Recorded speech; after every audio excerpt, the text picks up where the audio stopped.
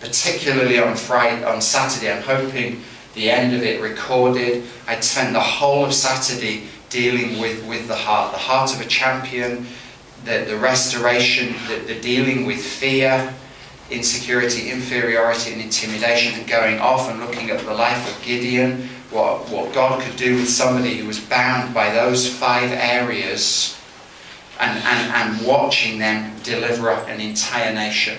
That was the whole of, it's about 4.5 hours of teaching on Saturday that I did. But it's that to be heaven's champion is first and foremost a heart issue. You've got to have the heart of a champion to be a champion, and to do and this is part of this process of the Lord changing our hearts, because it's out of the heart the mouth speaks. Changing our heart in order, but He does that based on what we believe. And so we're probably going to look at this whole area of ungodly beliefs this week, because it's at the heart of what we do. We function and live out of our belief structure. And He's changing that belief structure more into the fullness. So for us personally, we've gone from this insight into grace to a whole new level of the revelation of grace. From that place, now He's saying, well, what about the power of the cross? And we're changing, we're adapting. Because part of being an overcomer is that, we were joking about this last night. It wasn't really a joke. The fact that to be an overcomer, and this is an international school of the overcomers, to be an overcomer, you're going to have things you have to overcome. It kind of goes hand in hand, you know, and in that process, it's not just the issue about overcoming the thing, like fear, like, you know, and when I talked about my own journey of through the Jordan, that whole overcoming thing isn't just about overcoming. In the process of overcoming that, He does so much more in us and changes different aspects of us so that we're able to help others overcome in the process. That's the whole purpose of this book. This is a $25 Sing investment for you that has all the scriptures, all the truth for every single topic in it. Has all the prayers. Why? Not just to do you good. Yes, we'll start with you, but so that you can go and help others to be set free as well. That way it's multiplication. If everybody in this room goes and sets a person free and helps them overcome that issue, then they have victory over it and they can go and overcome it, help others overcome it. And that's multiplication. And that's my heart. It's good. That's why it doesn't bother me that there isn't 15,000 people in here that we're training. But although that would be nice. But it's because it could easily become 15,000 just over this small group.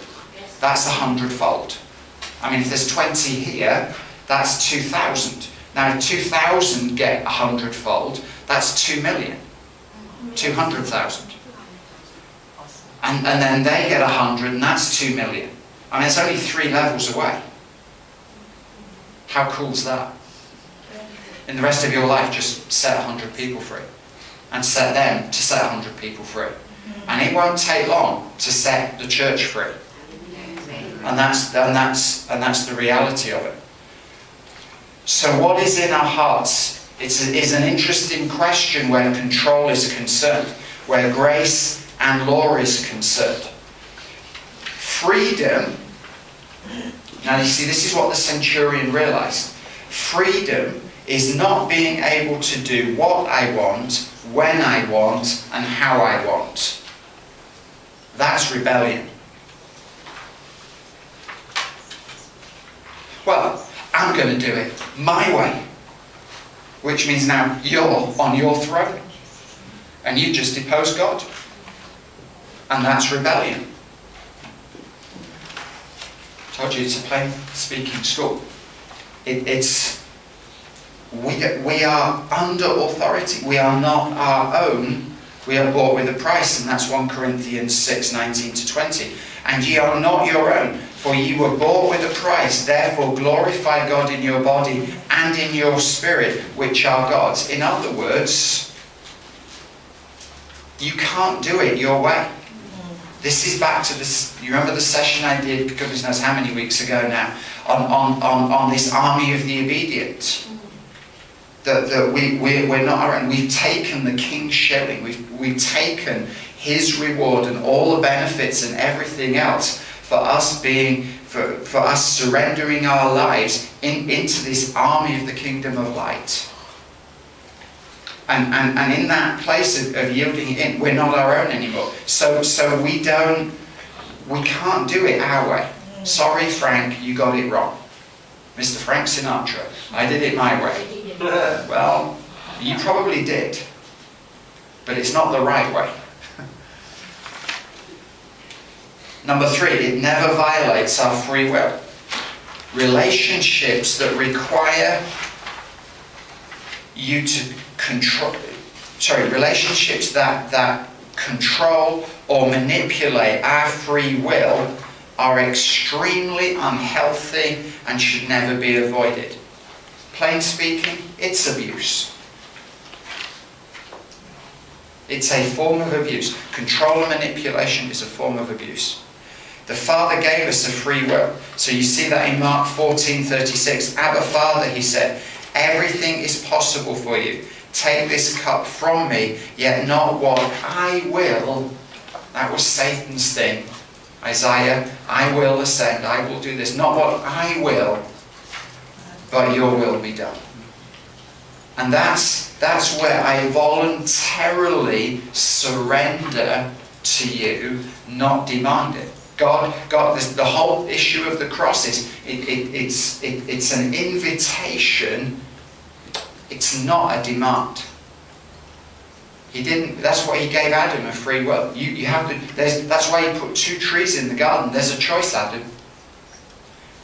And he didn't want another angel, somebody who was created just to obey.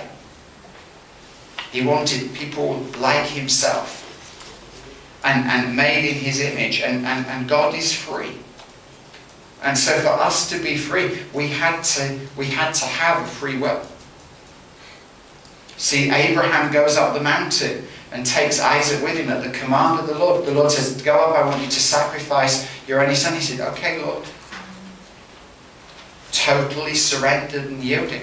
Walks up, and all the time he's saying, God's going to provide the sacrifice. And as he's walking up the hill, somebody beautifully put it many years ago, as he's walking up one side of the hill, God's bringing the ram up the other side of the hill. Except to most of us, our day of encounter, our provision is completely out of our sight.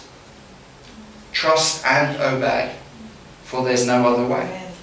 And as we take this step of obedience, like in an army where the privates don't know what the 5-star general or the commander-in-chief is thinking, yet when they say, you need to be there, we go. That's obedience. And at any one point on that journey up the hill, Abraham could have stopped and said, you know what, God, this isn't going to work. I'm going back. And he takes up the hill, all the way up the hill, and only at the last minute, this is where we get our 11th hour and 59th minute mindset from. It's going to be right at the last second that God's going to come through. I'm going to deal with that one in ungodly beliefs. It's just, he's only ever going to come through at the 11th hour and the 59th minute.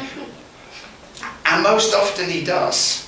But that's most often because we fight and scream and meow and just hold back from surrendering all.